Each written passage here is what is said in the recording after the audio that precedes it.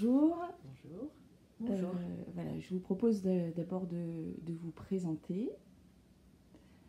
On va commencer peut-être par Bernadette. Si tu veux bien. Oui, je m'appelle Bernadette Billard. Je suis dans l'Église catholique et je suis responsable avec Isabelle et d'autres du groupe Bible et Culture, qui est un groupe écuménique sur Valenciennes. Voilà. Merci. Et Isabelle Aubertin, donc dans le même groupe Bible et Culture, et moi je fais partie de l'Église protestante unie de France à Valenciennes. Voilà. Merci beaucoup. Alors, mesdames, ce que nous allons faire, c'est que justement, nous allons parler de la semaine de prière pour l'unité des chrétiens, qui va du 18 au 25 janvier. Du 18 au 25 janvier. Merci beaucoup. Et pour ce faire, je vous propose un support avec un mur de questions qui se trouve derrière vous. Et vous allez choisir au hasard une question à laquelle vous allez nous répondre. Alors, je ne sais pas, on peut commencer par... Allez, Bernadette. Allez Bernadette, vas-y. Je me lance. Quelles sont les différentes présences chrétiennes à Valenciennes ? Alors, les différents... Donc, nous avons la communauté, la paroisse, comment on dit, protestante. Voilà, au temple. Enfin, qu'on retrouve au temple régulièrement et en réunion. Après, il y a l'église catholique. Et puis, là, donc, avec plusieurs clochers. Et puis, pour les orthodoxes, malheureusement, on ne les voit pas, on ne les rencontre pas. Y en a-t-il vraiment ? On n'a pas de contact, on ne sait pas. Et je rajouterais qu'il y a aussi sur Valenciennes des communautés protestantes évangéliques. Oui, c'est ça. Voilà.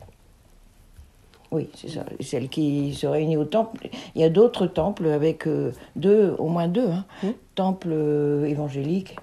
Voilà. Où ça ? Alors, rue du Chauffour, près de la maison de quartier là-bas, et puis au quai des Mines, et puis il y en a une rue du Rempart, au bout de la rue du Rempart. Voilà. Mais bon, on n'a pas trop de liens avec eux non plus. On va essayer, on va faire un pas. On aimerait, voilà. On va faire un pas. On a déjà essayé, ça n'a pas été très rentable. Maintenant, on va essayer encore. Et bon, on espère qu'il y aura un petit frémissement, un petit rapprochement. Et pour l'instant, c'est un peu difficile. Voilà. Alors, je propose donc c'est à moi. Continue. Voilà, je vais chercher une question. Alors. Quel est l'objectif de la semaine de prière pour l'unité des chrétiens ?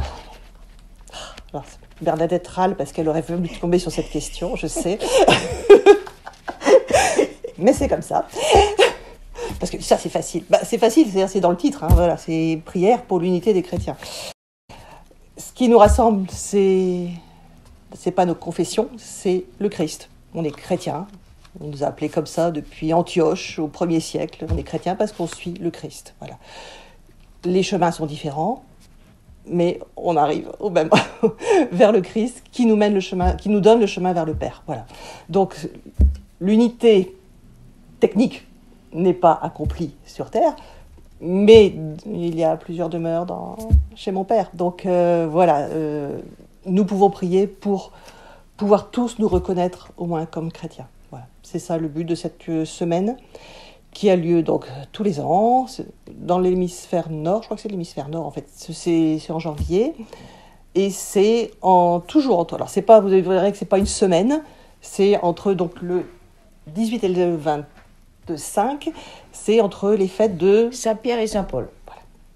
Voilà, ça a été établi comme ça. C'est sûrement les cathos qui ont décidé ça, mais pourquoi pas, après tout. Bon. Mais dans le sud, c'est à la Pentecôte. Ils font ça vers la Pentecôte.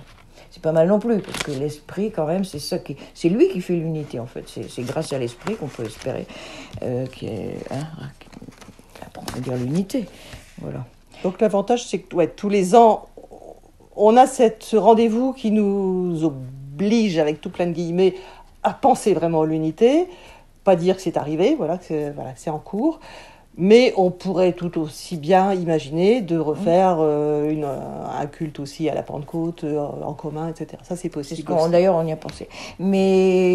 Et en plus, je dirais que moi, pour Bible et Culture, je trouve que ça nous donne une action concrète à mener chaque année. Ça fait un temps fort, je trouve. Enfin, pour moi, ça me motive, mais ça m'intéresse beaucoup qu'il y ait cette semaine pour le groupe aussi lui-même. Je trouve que c'est une activité œcuménique et de préparer la célébration, c'est vraiment important. Voilà. Ce que ça va être. Alors, quelle œuvre avons-nous ou portons-nous déjà ensemble? Quelle œuvre? On a la semaine de l'unité qu'on fait ensemble.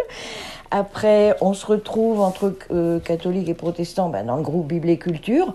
Là, c'est un terrain de rencontre formidable. C'est dommage, je ne comprends pas qu'il n'y ait pas plus de monde d'ailleurs. Parce que, franchement, pour les études bibliques, personnellement, c'est là que j'ai trouvé en premier. Disons que maintenant, on commence à avoir plus d'études bibliques de ce type du côté catholique. Mais au départ, moi, c'est par les protestants que j'ai pu approfondir les textes bibliques en dehors des cours que je suivais à Lille.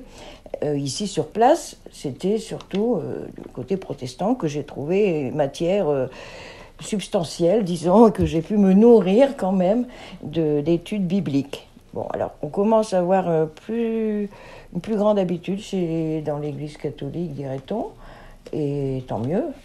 Mais c'est nouveau, quoi, pour moi, j'ai eu l'impression, voilà. Et puis, il y a aussi des mouvements dont je fais partie aussi, comme des associations comme l'ACAT, les chrétiens contre la torture et contre la peine de mort aussi, hein, et c'est chrétiens, donc protestants et catholiques, se retrouvent vraiment dans cette activité qui consiste à un peu...